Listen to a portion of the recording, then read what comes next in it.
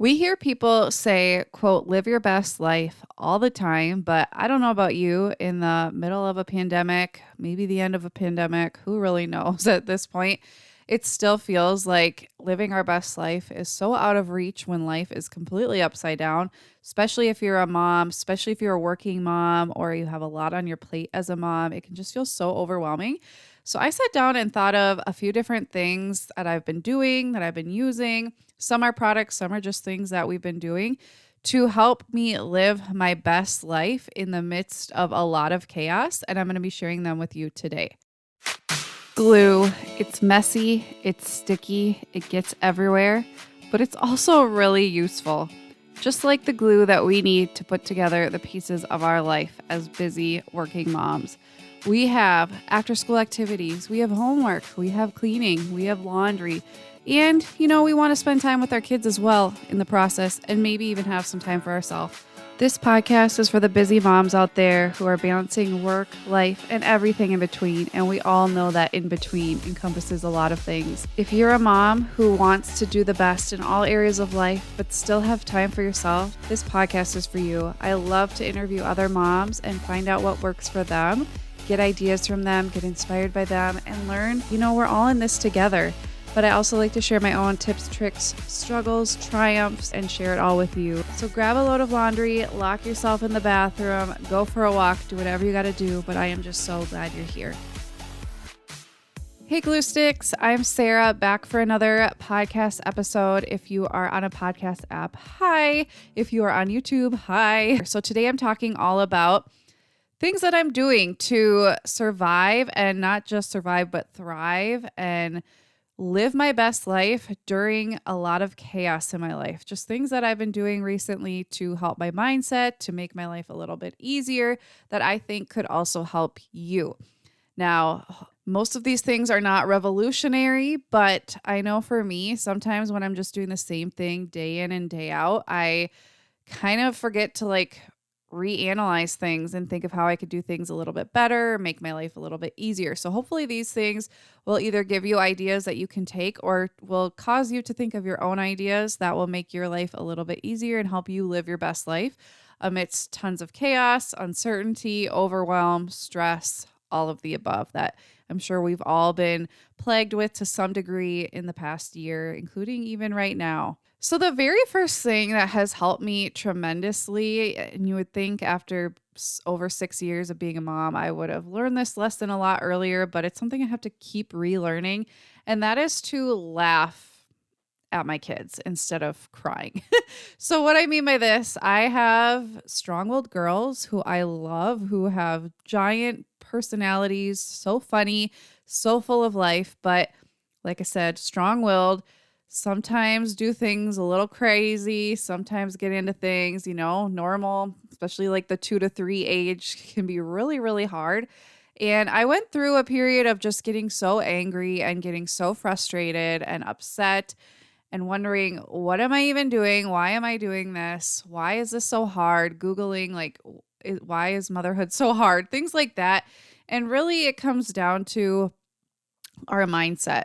Not only our mindset to help us, but the way we perceive our kids not only helps us react, but it also makes them act differently, if that makes sense. So if we perceive them as awful, as constantly being naughty and things like that, we're going to treat them in that manner that assumes that they are that way, and they're going to just keep acting that way. If we perceive them as little kids who are learning, we will react differently. We will be more patient. We will be more kind. We will be more understanding and compassionate. And it will also decrease the behaviors to some extent. And even if it doesn't, it just becomes a lot easier to deal with because we're not getting upset. So one example of this, my 3-year-old has just been so hilarious and just doing things. She says the most embarrassing but hilarious things out in public. And just, you name it, she's probably said it. And she also gets into things. And one thing that happens a lot at our house is at supper time, which I will be sharing a few things about supper time later on in this episode. But she she's usually not very hungry at night, and she's a kid that you cannot get to sit at the table after supper. She's very active. And so we just have a rule. If you can't sit still at the table and you're done eating, you can go play in your room, because it was just causing too much anger at the table trying to get her to stay when she just couldn't stay. She's just at that age where she just needs to be up and moving all the time. So she went to her room, and we were talking to our 6-year-old about her day and having a lovely rest of our supper. And we noticed she was a little quiet, which is never a good thing with that age range. So she comes down looking a hot mess, and I'm like, oh goodness, what did she get into? She has something behind her back. She pulls it out and said, Mama, I put chapstick all over myself. And I said, oh my goodness. And where I could have gotten really angry about the mess and why are you wasting chapstick and what else did you put it on? Instead, I've just burst out laughing. Of course, it's not okay for her to do these things. She knew that. She was probably trying to get attention, or just seeing, it smells good. Let's put it in my hair. But I realized life's too short. Yes, there are things we definitely need to discipline for, but this was just one of those things. Like, you just have to laugh or else you'll cry. Then we found out she put it on her foot. She put it on her face. Like, she had it everywhere, and it was bath night. It was fine. And I've learned, if I just laugh, and we talk about obviously why that's not okay, but I laugh instead of get angry. First of all, we're not creating power struggles. She's not getting negative attention that might perpetuate the behaviors because I'm exploding, and you see mom has this giant reaction. Instead, I just brushed it off and showed her, I'm going to love you whether you are covered in chapstick or whether you're perfectly obedient. I'm going to love you no matter what.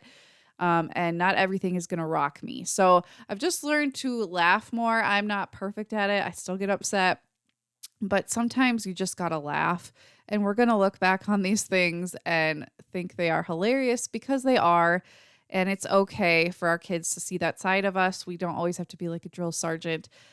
We can laugh when they are silly. Another thing that's been really amazing for me has been learning about intuitive eating. Now, I'm not going to do like a huge spiel on that, because I've read 2 books on it. I've been watching videos. I'm doing a workbook on it. Like, I could not cover everything in just like a minute or 2, but I would definitely encourage you guys to go look into it and read about it if you haven't already. Basically, it's talking about how dieting actually has the opposite effect of what we hope it will do long term for most people, and how body image and weight stigma and all of these things really can perpetuate disease, illness, our perception of ourselves, eating disorders, and all of those kinds of things. And it just really made me look at my eating in a whole new different way. It's helping me learn to love my body as it is.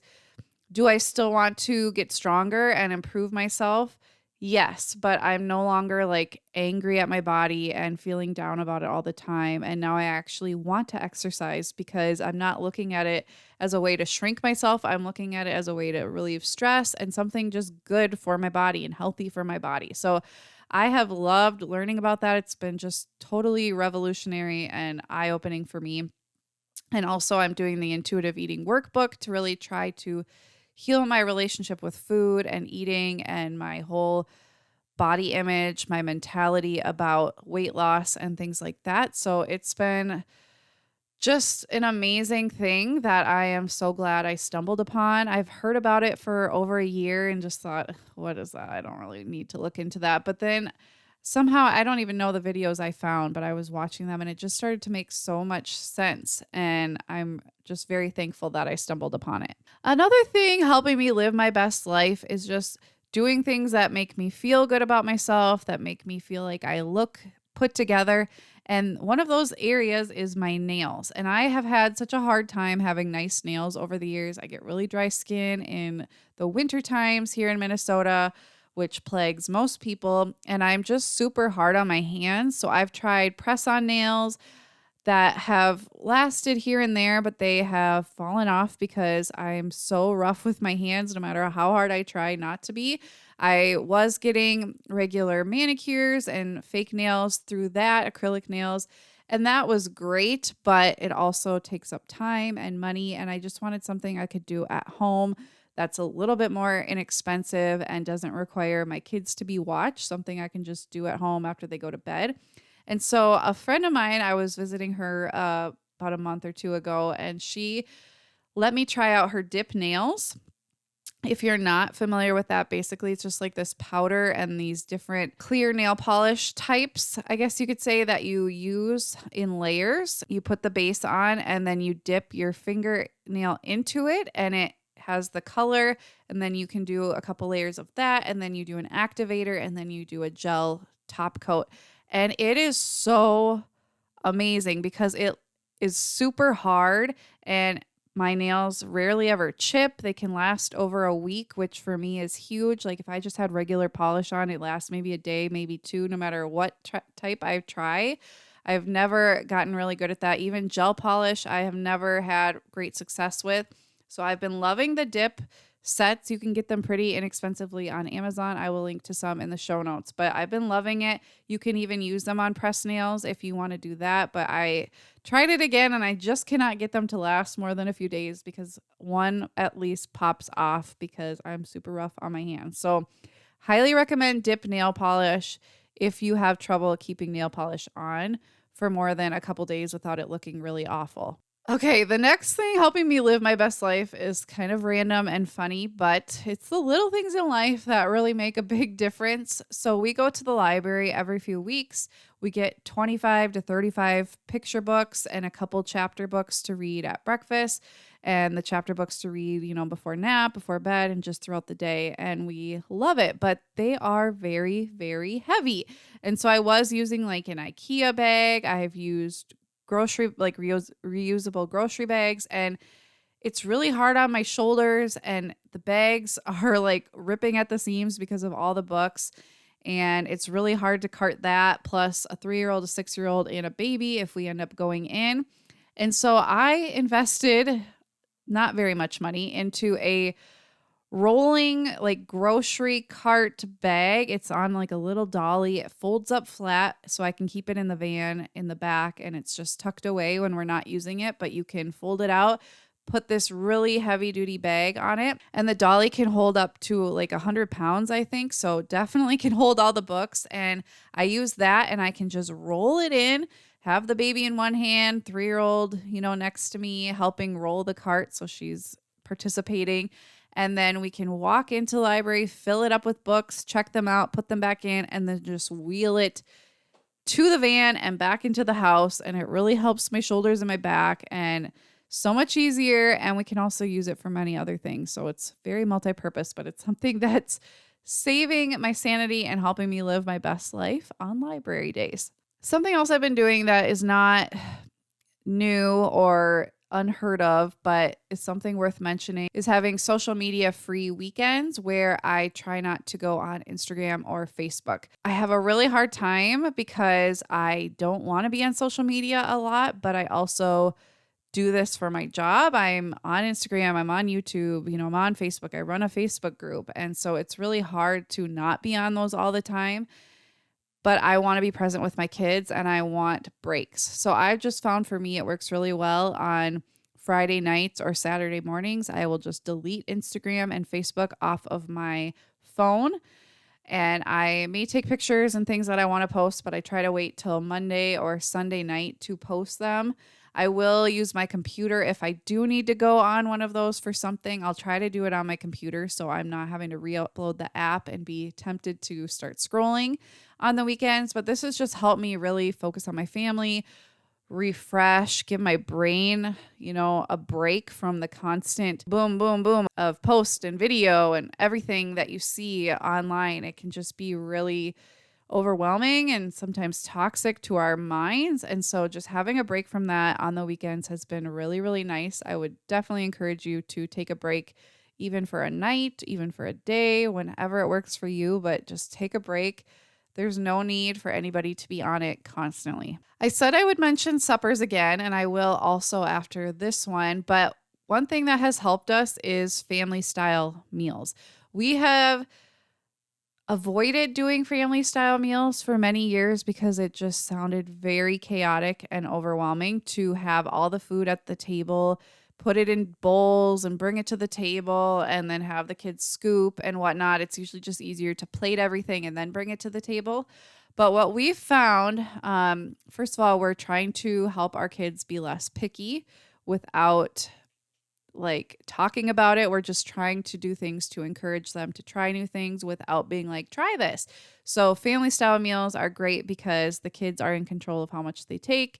It's all laid out in front of them. It's not just like put on their plate and expected that they will eat it. They have more control over it, which can really help, especially strong-willed kids, with eating a variety of foods. And then also, we just are wanting our kids to sit at the table longer, to engage with us longer. And we found that, like I mentioned, my 3-year-old will often just like look at the plate and be like, okay, I'm done, and not eat anything and not stick around. And that is really, really hard because we want her to be active in our conversation about supper and about our days and things like that. So we found with family style meals, because it takes time to plate it, and the kids, I don't know, something about it just makes them stick around longer. They see that they can take seconds because it's at the table, and they just are more likely to engage with us, talk with us.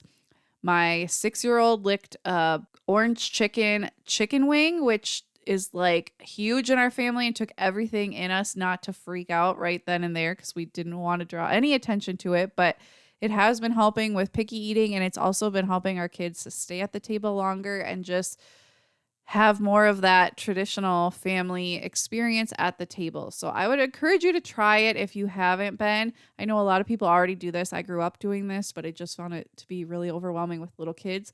I would recommend you don't start with taco night because that was really stressful. But if you're just doing like pasta or a meat and potato type meal, it's really easy to just pass everything. We just tell our kids they have to at least take a little bit of each thing, but it's up to them if they're going to eat it. And they've actually really surprised us, and it's been a wonderful thing for our family. Now, I know everybody has different opinions on getting together with people, and for a very long time, I didn't get to go see anyone, but around last fall, I started having friend dates with 2 of my friends. Pretty much, we tried to have a date set every 2 weeks or so, and I have seen them more in the last few months than I had seen them, in a whole year before, and it's been so wonderful. The first few years of motherhood, I had such a hard time leaving my first baby because I just felt like I needed to be with her all the time. I think, going through postpartum depression too didn't help, and I just felt like I couldn't trust anybody else to watch her, even my husband. I was so worried, like, what if she's crying? What if she won't take a bottle? And I wanted to be with her every single second. Now that I'm a mom times 3, I just have a lot easier time leaving because I know that I'll have plenty of time with them, and that the time I'm away is so important for me to be a full, well-rounded person, not just a mom, and that I will be a better mom by getting this time. My husband has been amazing, encouraging me to go do this because I am with kids 24/7 and trying to balance this business on top of everything. And so I would encourage you, even if you're a working mom and you feel super guilty not spending time with your kids when you could, I think time with friends is so important, especially as we get older. Like, I think those friendships are really hard to find, and they're very hard to nurture if you don't ever see each other. Yes, you can talk on the phone or do Zoom. We also did that quite a lot. And so those are other options, but I just think connecting with our friends is so important, and it's just been so wonderful for me and for them to have that time just planned out. We don't have to spend time figuring out when we're going to get together every few months. We just have it set. If it can work, great. If it doesn't, that's okay. But we have this recurring date set with each other, and it's been so wonderful for all of our mental health. I know everyone and their brother have been talking about HelloFresh and Blue Apron and meal kits like that, but I have to say I can see why. This is not sponsored at all, and I have spent my own money on these things. But over the past year, off and on, we have tried different meal subscription kits for suppers, and we have tried HelloFresh. I think we tried Blue Apron, we tried Dinnerly, and now we're trying EveryPlate. And I honestly really like EveryPlate. It's more affordable, and I like the options better than some of the other ones, and I like that it's got a printed card, and it's been pretty easy to make, and it's a little bit more affordable than like HelloFresh. It's a little more expensive than Dinnerly. It's kind of in the middle for easiness, variety, and cost, which I appreciate. And we've actually done the math, and we're about spending about the same as we would on groceries if we were making all of our own suppers and buying the ingredients, but we have so much less waste, which I appreciate, and it's just done for us and saves so much time with the meal planning that I really, really like. So we, like I said, are doing every plate. We do 3 suppers a week and 4 servings. My husband takes a serving, I take a serving. We split a serving with our girls, and then, add in some other stuff because they don't often like what comes with any meal subscription kit. It really doesn't matter which one. But we just kind of fill their plate with some other things like fruits that they will eat, maybe some toast or yogurt, that kind of thing. And then I save one for my lunch the next day. So we really get a lot out of it. And it's really been so wonderful for meal planning because honestly, I hate meal planning. It's one of my least favorite things. So just not having to figure out suppers and trying to figure out like, okay, how do we use up what we have and how do I maximize our ingredients that we buy so we're not wasting any. I don't have to do that because it's all sent to us prepackaged, pre-measured. There's no waste, and it's just super wonderful. I would highly recommend it if you can fit it into your budget.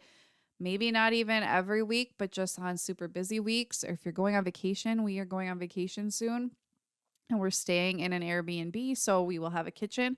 So we're going to take it with us, and so we don't have to plan tons of meals and ingredients. It's already coming to us. We just have to look like if we need oil or salt and pepper and that kind of thing, we'll have to bring it along, but it's going to really help us with that for sure. So I would highly recommend trying out different meal subscription kits and seeing what you like. If you want to try every plate, I have a link that everybody gets when they sign up where you can get $20 off your first order, and it also gives me $20 for recommending it. But other than that, it's not sponsored. I pay for it every week for our family.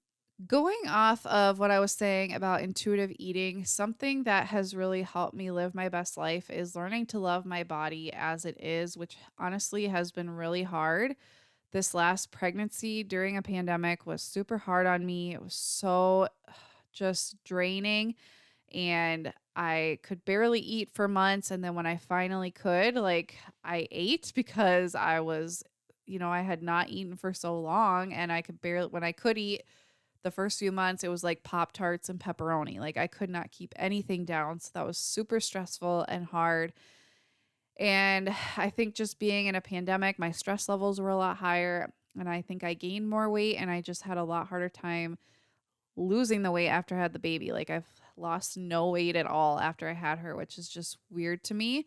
I don't usually lose a lot of weight breastfeeding, so that's probably part of it. And also, I've been very open about my antidepressant use and postpartum depression struggles. And since I had trouble weaning off of the antidepressants after my second daughter was born, and so I was still on them when I got pregnant, and we had planned that I would wean off of them at the end of my pregnancy, just so that the baby was not, addicted to them or not used to them in her system when she was born. But when you're pregnant during a pandemic and it's super duper stressful and anxiety ridden, we just decided the best option would be to stay on them. So I have been on them, and I think that I had never been pregnant on antidepressants before, and I've just found for me, I know a lot of them supposedly don't cause weight gain, but I know for me, I have a horrible time trying to lose weight on antidepressants. So I haven't gained weight since I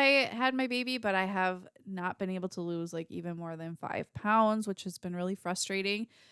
But I'm learning to give myself grace. I have a really hard time finding time to work out where I'm not getting interrupted by kids or being needed for something. And so that's really hard. And I'm just learning that there will be a time and place for consistent exercise soon. I'm just not in that place right now. And I'm learning to just love my body the way it is, not expect it to lose weight. Will I try to wean off antidepressants again and hopefully have an easier time? Kind of, having my body get back to its normal size, whatever that may be.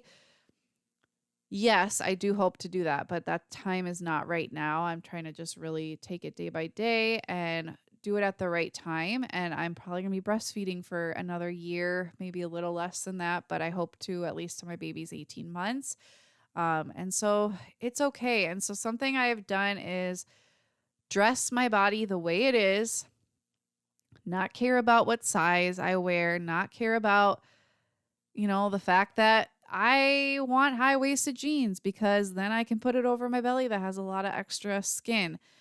I don't feel guilty about that anymore. I'm trying to just let go of that and trying not to compare myself to other moms because it's so easy to be like, she had 4 kids and she looks so amazing. Well, she has her own story. I have my own story. She has her own DNA. I have my own DNA. We all have our own struggles, our own journeys, and we shouldn't compare one person's journey to our journey. Just because they have like the same number of kids as you doesn't mean anything else is the same at all in their life. So we should try not to compare. I know for me, after I had my first daughter, I lost the weight so fast because I was so depressed. I literally could not eat. I would sit down to eat and I could not make myself do it. And I was breastfeeding. So that's not a good way to live. It's not a good way to lose weight. And I try to remind myself that when I see pictures of myself then, and I'm like, gosh, I look so good. But I felt awful and was barely making it through the day. So try not to compare yourself and try to dress your body the way it is now. Try to be comfortable. I found some elastic shorts that look nice, but are way more comfortable, and I'm not feeling bad about my body because I'm trying to fit into something that's too small or too restrictive. I actually feel better about my body, and I think it looks better when it's in clothes that fit appropriately. So take that for what it's worth, but I think we all could use some help loving ourselves as we are and not trying to constantly change the way our bodies look. And lastly, something that I have been loving doing the last few months that has helped me live my best life is reading in bed before bed. Now, I used to watch a lot of TV at night, and I still do occasionally, but I just found I would often fall asleep on the couch, and I just really wanted to fit in reading more because it's so much better for you. And there are so many books I wanted to read. So I found it just so nice to take my Kindle to bed, lay down, read a novel. I've been trying to fit in a lot more fiction and not just nonfiction because I love me some nonfiction and improving in some way and learning about something. But I also was an English teacher, English major, and I love literature. So I am currently reading the Anne of Green Gables series, which I love. And I've loved all the movies and things growing up, but I never actually read the book. So I'm loving that. And I just find it such a nice way to wind down at the end of the day, to read in bed. It's great for your mind. It's one of the few things that are great to do in bed that, experts recommend you do versus like looking at your phone in bed can be really bad. And it's, toxic to be comparing yourself right before you fall asleep. But if you're reading a really good novel before bed, it's great for your mind. It's helping you kind of unwind from the day and kind of live out somebody else's experience, which is really fun and interesting depending on what you're reading.